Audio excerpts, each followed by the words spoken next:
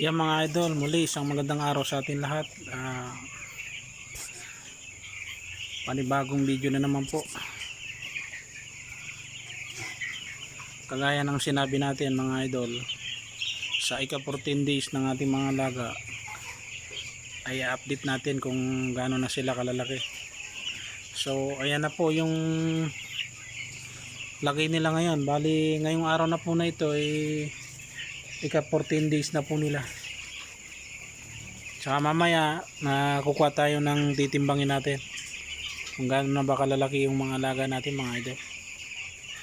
Siguro mayroon ng ilan na mahigit na kalahating kilo siguro sa tansya lang natin. Mayroon ng tumitimbang ng mga kalahating kilo.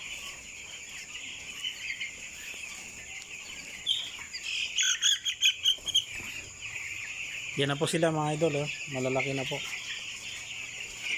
Kung ikukumpara natin dun sa last na video natin nung ika 11 days pa nila,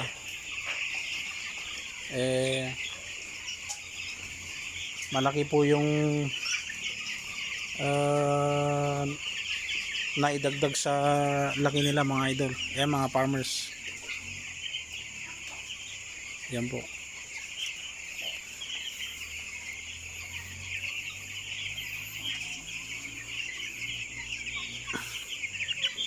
Ito siguro mga ka-farmers, baka tumimbang na ito ng kalahating kilo.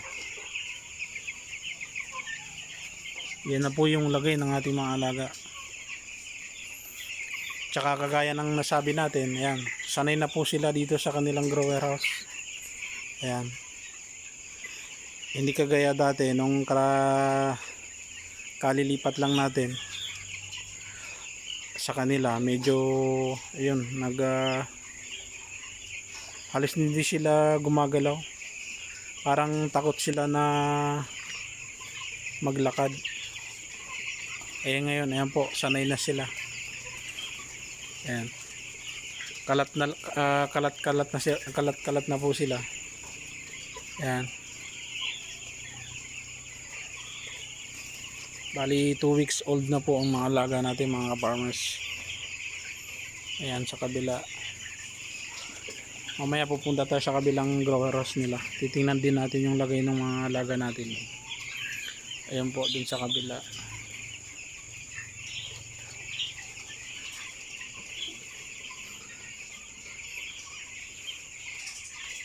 Bali mga farmers, ang painom namin sa kanila ngayon antibacterial. Kasi meron pa ring paisa-isa na may halak pa rin hanggang ngayon, hindi nawala. Kaya yun, naka antibacterial pa rin kami. Bali 2 araw na nila ngayon. Yan po. Tsaka yung page na gamit namin mga farmers, chick booster pa rin. Dapat sana nakapag ship na tayo ng starter. Kaya lang sa supplier natin wala pang available na starter. Kaya yun, nadagdagan natin yung chick booster natin. Yun lang yung available kasi mga farmers. Bali ngayon na kami, kumonsumo na kami ng mga siguro nasa 24 sacks na starter mga chick booster mga farmers. Yan, bali 24 sacks na po yung nakonsumo namin sa kanilang dami na 2,700 heads. Yan po mga farmers.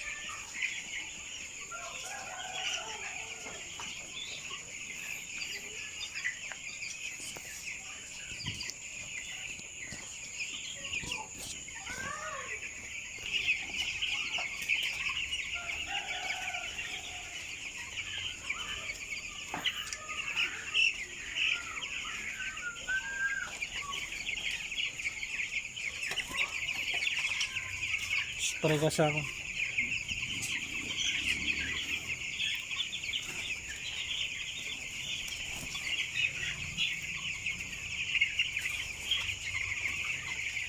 Yan mga farmers, yung natin. Bali, sa tingin nyo, malalaki ba o maliliit? Sa 14 days na edad nila ngayon. Yung mga aalaga dyan na ng broiler din. Ano po sa tingin po ninyo mga farmers ang alaga natin?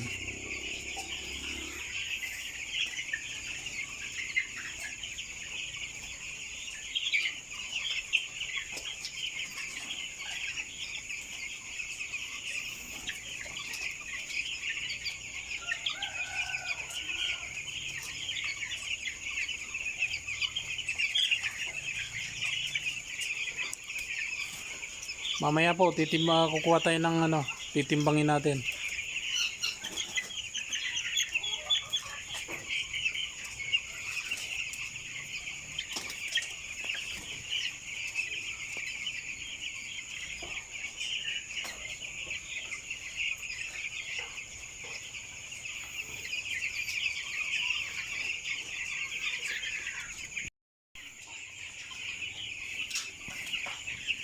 So ayan mga farmers, yung lagay nila dito sa kabila. Nandito tayo ngayon sa kabila ng kanilang grower house.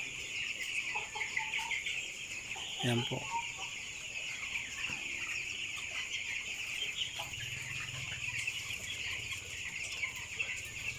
Ayan yung kanina, yung saan tayo nang galing dyan. Tapos dito tayo ngayon sa kabila. Yan.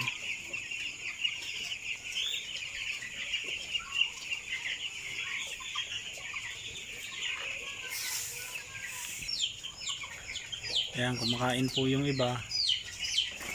Pagkatapos nilang kumain, iinom sila.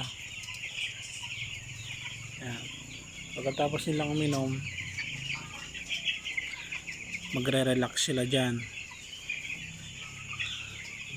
Ganun lang yung trabaho nila mga farmers. Kain, inom, pahinga, tapos kain, inom, pahinga ulit. Kaya ang bilis nilang lumaki mga farmers.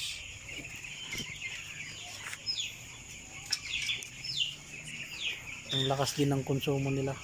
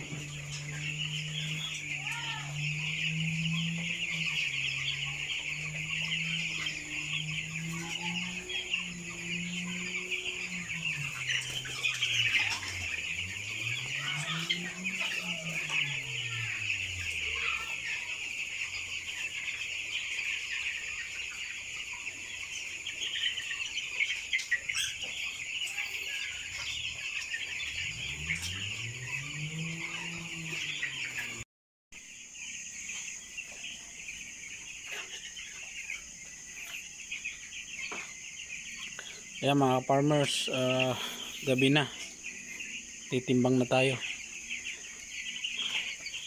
Ayan, hanap tayo ng titimbangin natin.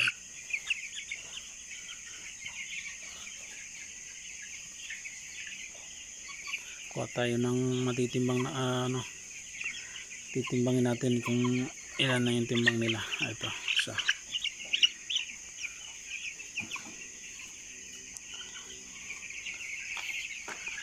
512.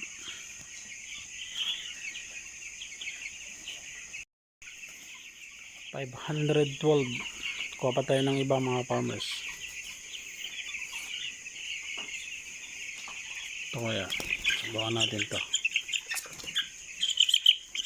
Maliit siguro to.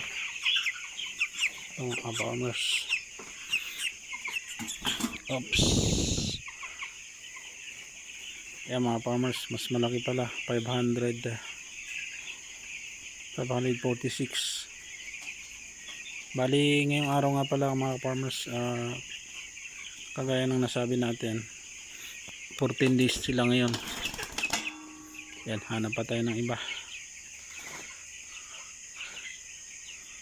Nga pala yung pinipili natin mga farmers, yung medyo malalaki na. So siguro nag-average na to ng mga 400. Average live weight nila lahat. Bali 400 siguro. Ito, nakita pa tayo medyo malaki.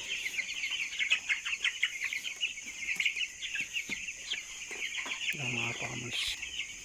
Ito medyo malaki, almost 600 grams. Bali 594. 6 grams na lang po para maging 600 grams. Yan, medyo malaki-laki yan.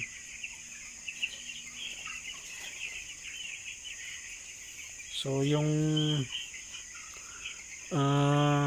sinasabi natin na 700, siguro wala tayong makita mga farmers. Wala sigurong tumimbang ng 700. Pero subukan pa rin natin, maghanap pa tayo. Baka sakaling may makita tayo na mas malaki pa doon. Yung mga farmers, may nakita tayo, baka sakaling mas malaki to doon kumpara dun sa kanina. Subukan natin. Mas maliit. 530. Mas malaki na yung kanina. 574.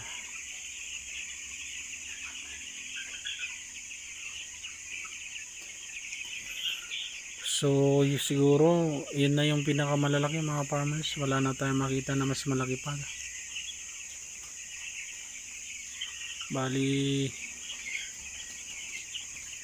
594 yung pinakamalaki kanina na timbang natin. Yun na siguro yung pinakamalaki. Tapos yung maliliit naman, siguro meron tayong makikita na nasa mga 300 plus grams. Marami sila ka-farmers, yung maliliit.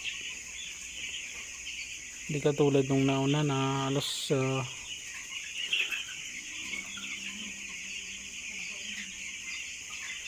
halos pare-parehas yung laki nila. Maraming maliliit na yung mga ka-farmers.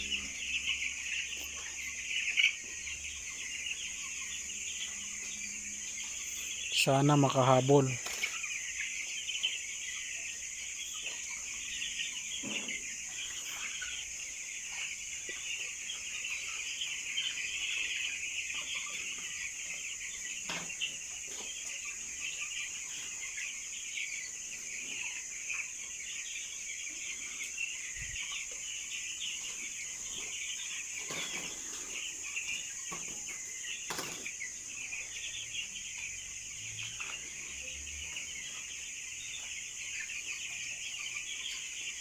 Gabi na po sa amin dito mga farmers. Gabi na po ngayon.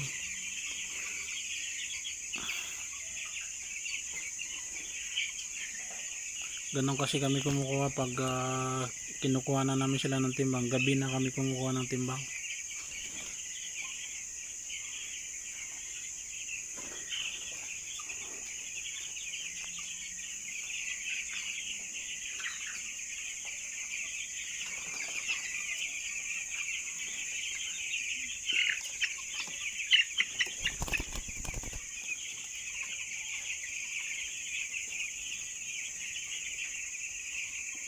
Ito malaki rin to.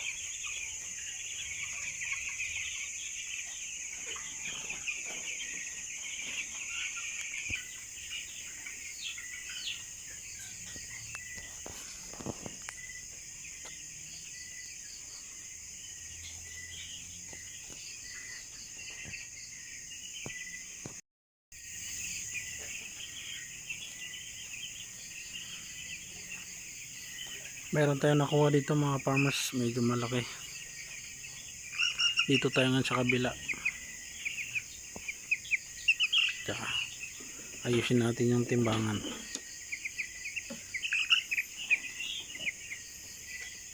So ayan, yan na siguro yung pinakamalaki. Bali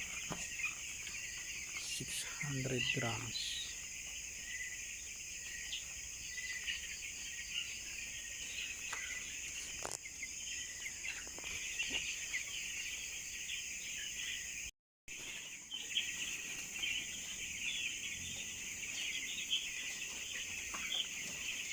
So yan mga farmers, so hanggang dito na lang ulit yung video natin. Abangan nyo na lang ulit sa susunod nating mga video. Update ulit tayo kung ano na yung lagay nila. Yan, tingnan nyo mga farmers. Tapos sa next na upload natin, next video natin, maninibago kayo mga farmers, mas malalaki na naman sila. Ayan. May naririnig tayo na iilan na may halak. Talagang mahirap sugpuin dito kasi sa amin mga farmers. Pabago-bago yung panahon. Sa tanghali sobrang init, tapos bigla na lang uulan, napakalamig naman yung mangyayari. Kaya yun,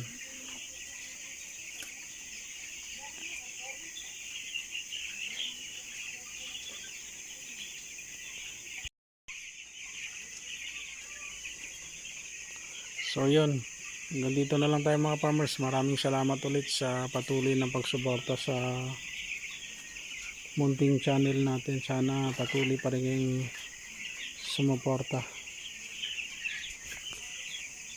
at sisikapin natin na palagi tayong mag-upload ng mga bagong video natin para sa ganon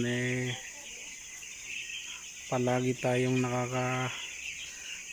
mayroon tayo palaging na i-share sa inyo mga farmers na kaalaman or idea sa pag-aalaga ng broiler.